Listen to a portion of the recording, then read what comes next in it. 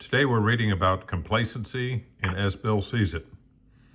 On 25, we cannot stand still. In the first days of AA, I wasn't much bothered about the areas of life in which I was standing still. There was always the alibi. After all, I said to myself, I'm far too busy with much more important matters. That was my near-perfect prescription for comfort and complacency. How many of us would presume to declare, well, I'm sober and I'm happy. What more can I want or do? I'm fine the way I am.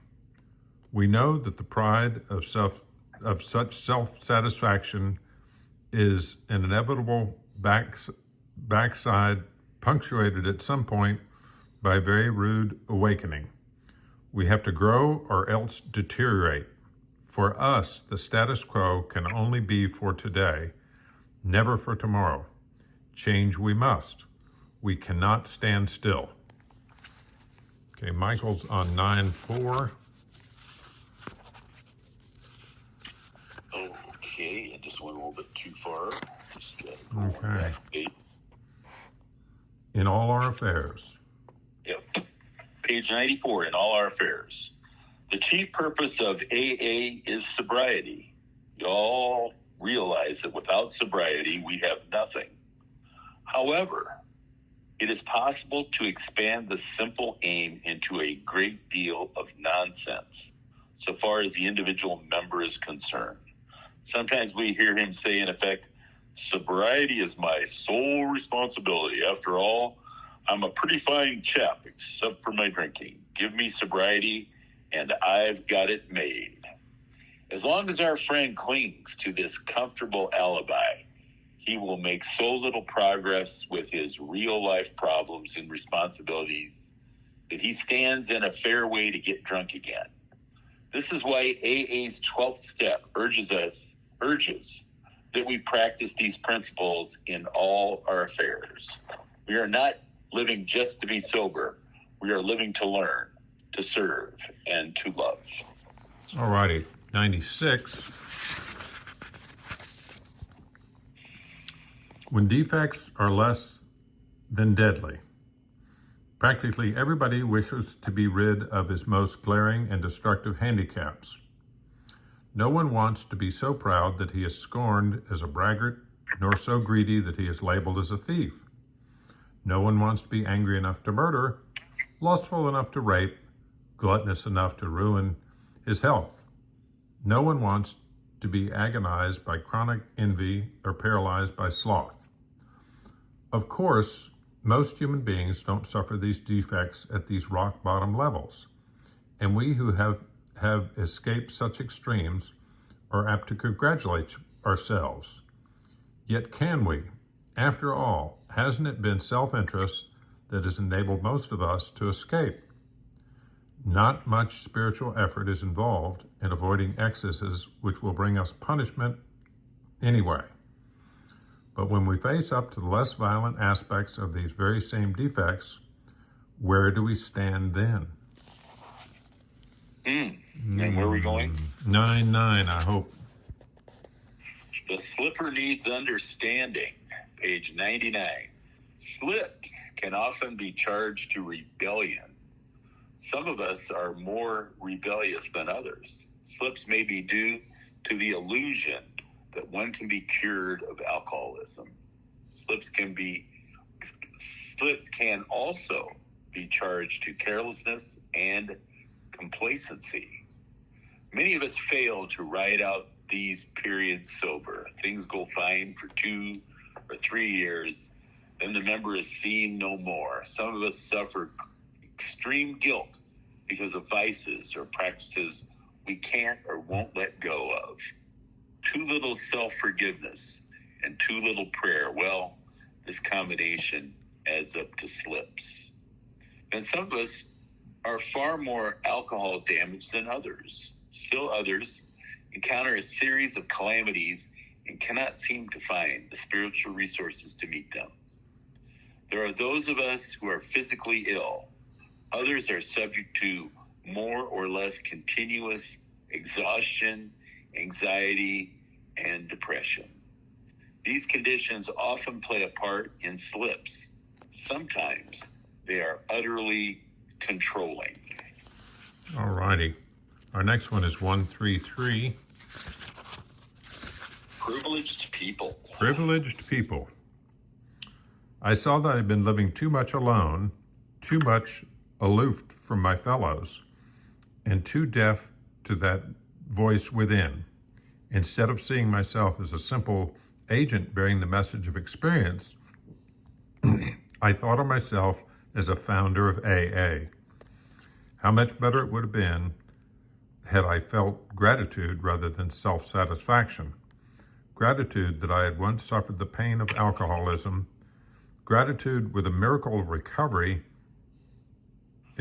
gratitude that a miracle of recovery had been worked upon me from above, gratitude for the privilege of serving my fellow alcoholics, and gratitude for those frail ties which bound me even closer to them in a comradeship known as few societies of men have ever known. Truly did a clergyman say to me, "Your misfortune has become your good fortune.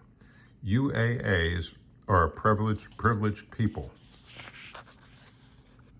153. Without anger, page 153. Suppose AA falls under sharp public attack or heavy ridicule, having little or no justification in fact.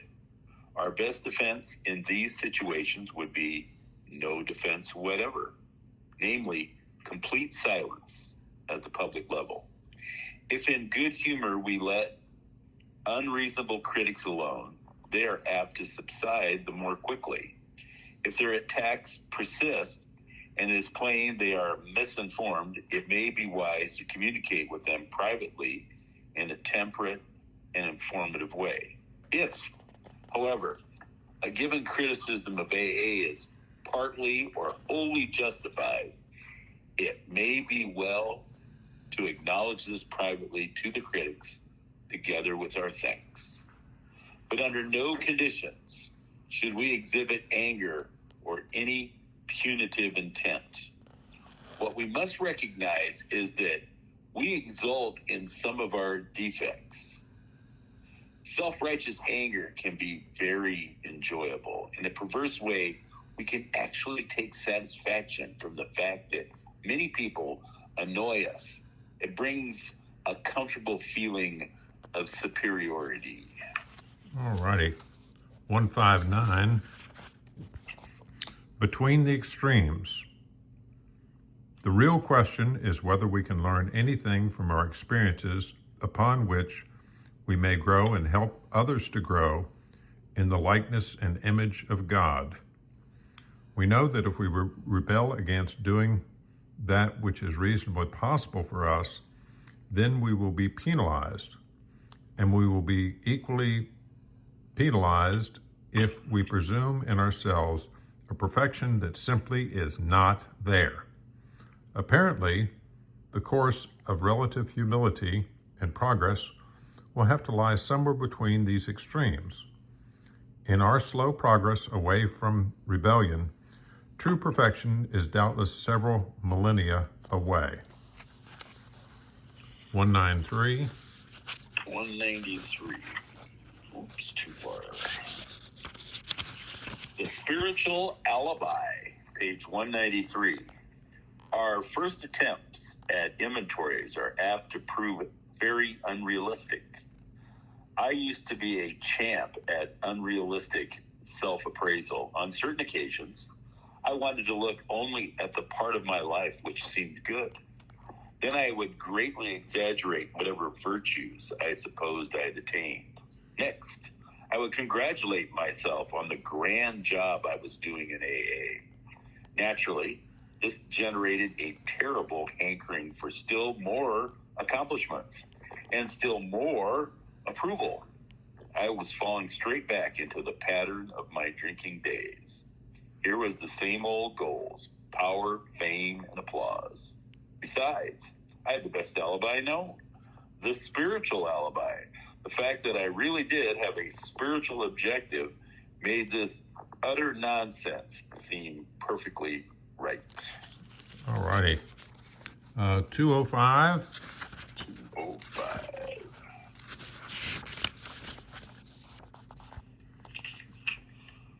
Virtue and self-deception. I used to take comfort from an exaggerated belief in my own honesty. My New England kinfolk had taught me the sanctity of all business commitments and contracts, saying a man's word is his bond. After this rigorous conditioning, business honesty always came easy. I never flim-flammed anyone. However, this small fragment of reality, one virtue, did produce some interesting liabilities. I never failed to whip up a fine contempt of those of my fellow Wall Streeters who were prone to shortchange their customers. That was arrogant enough, but the ensuing self-deception proved even worse. My prized business honesty was presently converted into a comfortable cloak under which I could hide the many serious flaws that beset other departments of my life. Being certain of this one virtue, it was easy to conclude that I had them all.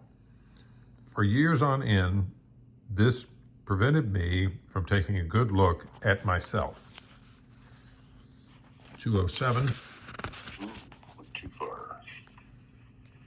Okay, the fellowship's future, page 207.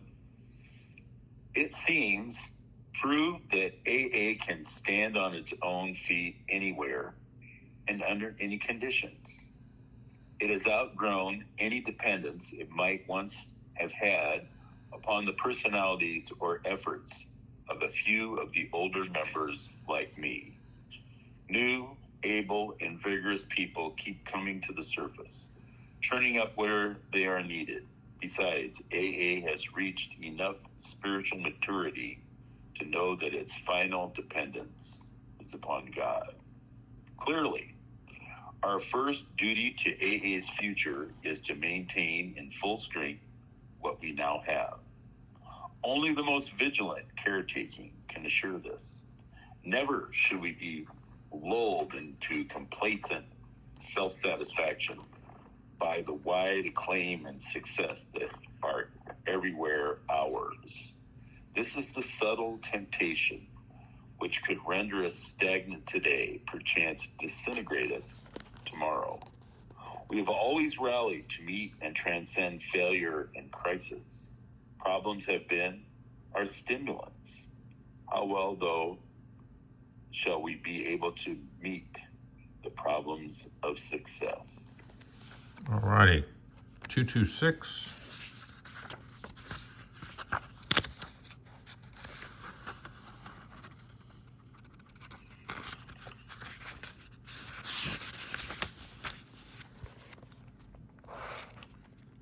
Humility for the fellowship, too.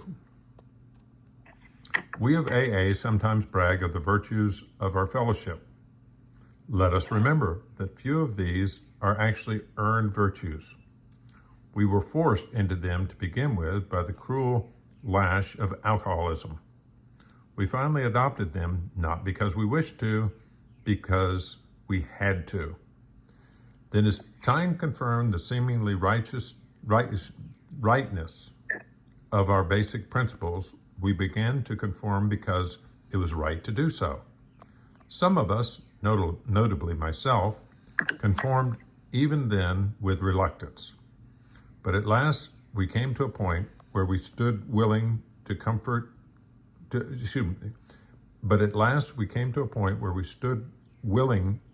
conform gladly to these principles which experience under the grace of God had taught us. 227. Okay, is sobriety enough?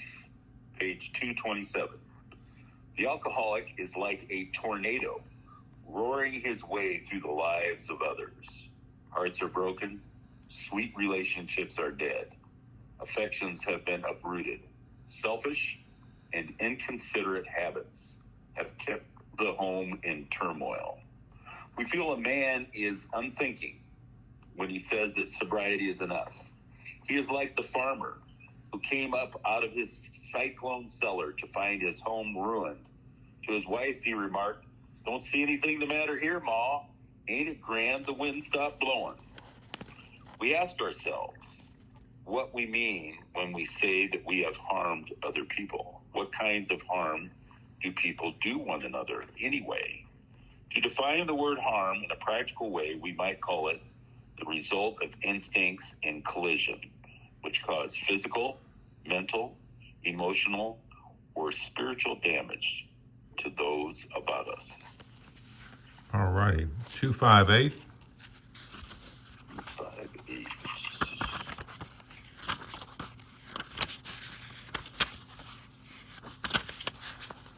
Beneath the surface. Some will object to many of the questions that should be answered in a moral inventory because they think their own character defects have not been so glaring. To these, it can be suggested that, what's that word? Conscientious. I'm losing my mind. To these, it can be suggested that a conscientious examination is likely to reveal the very defects the objectionable questions are concerned with. Because our surface record hadn't looked too bad, we have frequently been abashed to find that it was so simply because we had buried these self-same defects deep down in us under thick layers of self-justification. Those were the defects that finally ambushed us into alcoholism and misery. 325. 325. Okay. All right. 325. Humility brings hope. Now that we no longer patronize bars and bordellos, now that we bring home the paychecks, now that we are so very active in AA, and now that people congratulate us on these signs of progress, well, we naturally proceed to congratulate ourselves. Of course, we are not yet within hailing distance of humility. We ought to be willing to try humility in seeking the removal of our other shortcomings. Just as we did when we admitted that we were powerless over alcohol and came to believe that a power greater than ourselves could restore us to sanity, if humility could enable us to find the grace by which the deadly alcohol obsession could be banished, then there must be hope of the same result respecting any other problem we can possibly have. All righty. Now that gets us to our last reading. 327. Three choices. The immediate object of our quest is sobriety, freedom from alcohol and from all its baleful consequences. Without this freedom, we have nothing at all. Practically, though, we can achieve no liberation from the alcohol obsession until we become willing to deal with those character defects which have landed us in that helpless condition. In these freedom quests, we are always given three choices. A rebellious refusal to work upon our glaring defects could be an almost certain ticket to destruction. Or, perhaps for a time, we could stay sober with a minimum of self-improvement and settling ourselves into a comfortable but often dangerous mediocrity. Or, finally, we can continuously try hard for those sterling qualities that can add up to fitness of spirit and action, true and lasting freedom under God.